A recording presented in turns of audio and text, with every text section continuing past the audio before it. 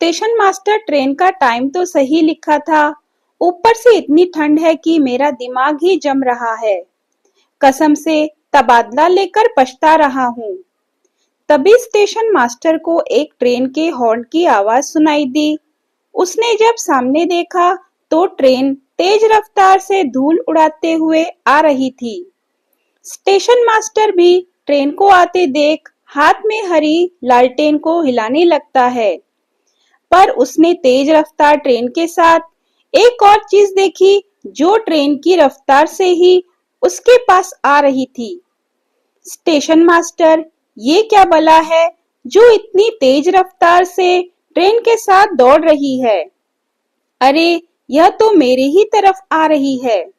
Station master इससे पहले कि कुछ समझ पाता, उस चीज ने एक भयानक चीख के साथ स्टेशन मास्टर के जिस्म से गुजरते हुए स्टेशन मास्टर के चिथड़े उड़ा दिए।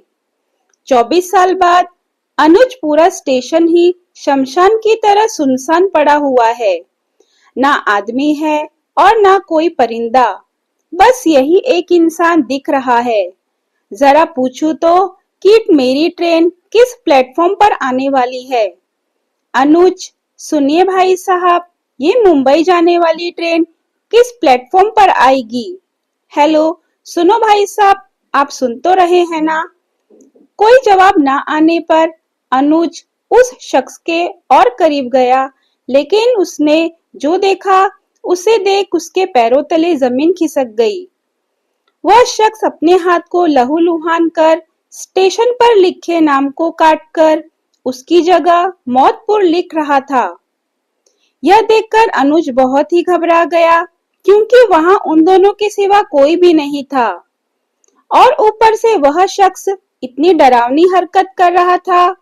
अनजान शख्स, पागल आदमी, भाग जाओ यहाँ से, वरना वो आएगी और तेरे जिस्म को भी चीरते हुए निकल जाएगी। अगर अपनी जान प्यारी है तो चला जा यहाँ से। इतना कहकर वो पागल अनजान शख्स वहां से भागता हुआ चला गया। तभी अनुज के कंधे पर किसी ने हाथ रखा और अनुज हाथ देखकर बहुत घबरा गया। पीछे मुड़कर देखा तो वह स्टेशन मास्टर था। स्टेशन मास्टर, आप कौन हो और इस वक्त यहाँ स्टेशन पर क्या कर रहे हो? अनुज, दरअसल मुझे मुंबई जाना है। ये मेरी टिकट है। अब मुझे पता नहीं है कि ये ट्रेन किस प्लेटफॉर्म पर आएगी।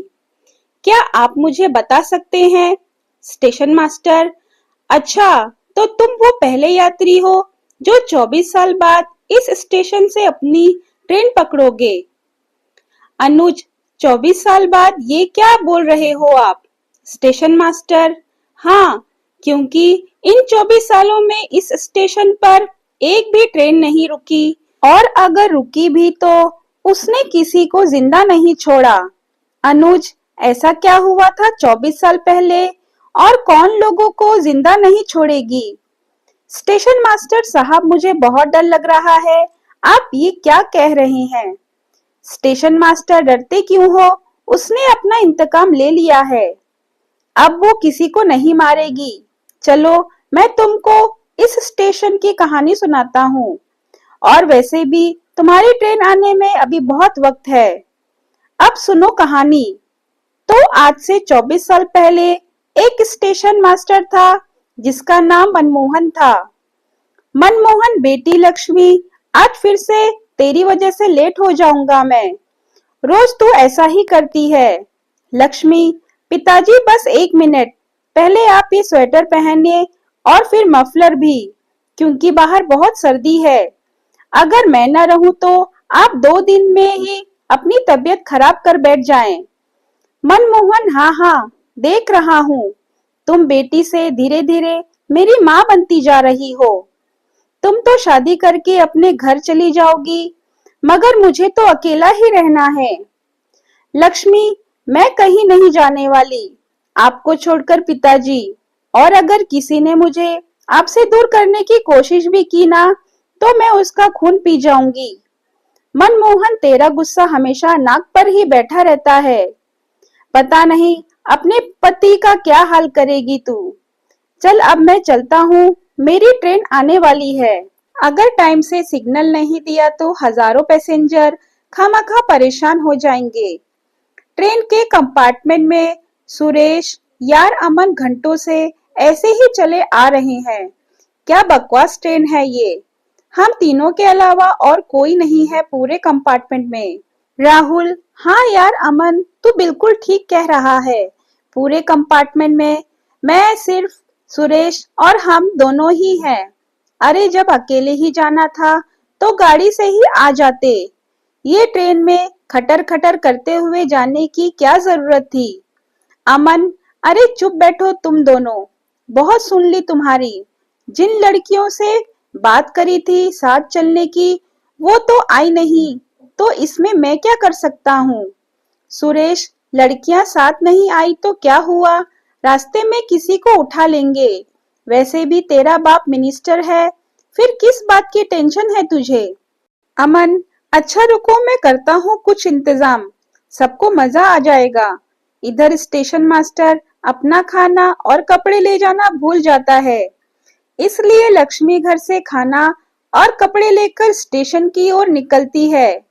लक्ष्मी, आज फिर सब कुछ भूलकर काम पर चले आए ना पिताजी। मैं न रहूं तो पता नहीं आप अपना ख्याल कैसे रखेंगे। मनमोहन, अच्छा हुआ तू आ गई बेटी, बहुत तेज भूख लगी है मुझे। मनमोहन ने जब भूख की बात करी तो लक्ष्मी ने मनमोहन को खाने का डिब्बा, स्वेटर और मफलर पकड़ाते हुए कहा कि पिताजी अच्छा रुको, मैं अभी पानी लेकर आती हूँ, फिर हम दोनों ही खाना शुरू करेंगे। इतना कहकर लक्ष्मी पानी लेने के लिए बड़ी ही थी कि तभी एक ट्रेन आकर स्टेशन पर खड़ी हुई और स्टेशन के लाउड स्पीकर से आवाज आई, यात्रीगण कृपया ध्यान दें, मुंबई जाने वाली ट्रेन प्लेटफॉर्म नंबर 2 पर आ चुकी है। लक्ष्मी पानी लेने के लिए जा ही रही थी कि तभी ट्रेन का दरवाजा खुला और अमन, सुरेश और राहुल तीनों ही दरवाजे पर खड़े लक्ष्मी को देख हंस रहे थे। राहुल, अरे मौका सही है, मैं तो कहता हूँ उठा लो इसे। अमन, हाँ अमन उठा लो, किसी को कुछ भी पता नहीं चलेगा। नया ट्रेन के कंपार्टमेंट में कोई नहीं है और न स्टेशन पर, किसी को कुछ भी पता नहीं चलेगा, तो फिर डर कैसा। और भूल मत तेरा बाप मिनिस्टर है। राहुल और सुरेश की बातें सुन अमन ने दबे पैरों से लक्ष्मी को दबोच लिया और जबरदस्ती उसे अपने साथ ट्रेन के अंदर ले जाने लगा, जिसमें राहुल और सुरेश भी उसकी मदद करने लगे। लक्ष्मी चिल्लाते हुए, पिताजी बचाओ, पिताजी बचाओ, पिताजी ये लोग जबरदस्ती मुझे ट्रेन के अंदर ले जा रहे हैं। तभी लक्ष्मी की चीख सुन मनमोहन तुरंत ही लक्ष्मी को बचाने दौड़ पड़ा, लेकिन तब तक अमन, राहुल और सुरेश लक्ष्मी को ट्रेन के अंदर लाकर दरवाजा बंद कर चुके थे। मनमोहन रोता हुआ, मेरी बेटी को छोड़ दो, मैं तुम्हारे हाथ जोड़ता हूँ, छोड़ दो मेरी बेटी को। मनमोहन अपनी बेटी को बचाने के लिए गिड़गिड़ा ही रहा था कि ट्रेन भी चलने लगी। मनमोहन भी ट्रेन के साथ दौड़ने लगा। लक्ष्मी किसी तरह खुद को बचाकर खिड़की के पास आ गई और वह अपने पिता को देख रोते हुए बोली कि पिताजी मुझे इन लोगों से बचा लो, ये बहुत गंदे लोग हैं। ये सब लक्ष्मी खूब रोते हुए बोल रही थी। अमन ने लक्ष्मी के बाल पकड़े और खिड़की से दे मारा, जिससे उसके सिर से खून निकलने लगा। लक्ष्मी के साथ यह सब होता देख मनमोहन को सदमा लग गया, लेकिन ट्रेन की रफ्तार इतनी तेज हो चुकी थी कि मनमोहन का पैर फिसला और एक चीख के साथ ट्रेन ने उसके टुकड़े कर दिए। अपने पिता की चीख सुनकर लक्ष्मी को पता चल गया कि उसके पिता अब इस दुनिया में नहीं रहे।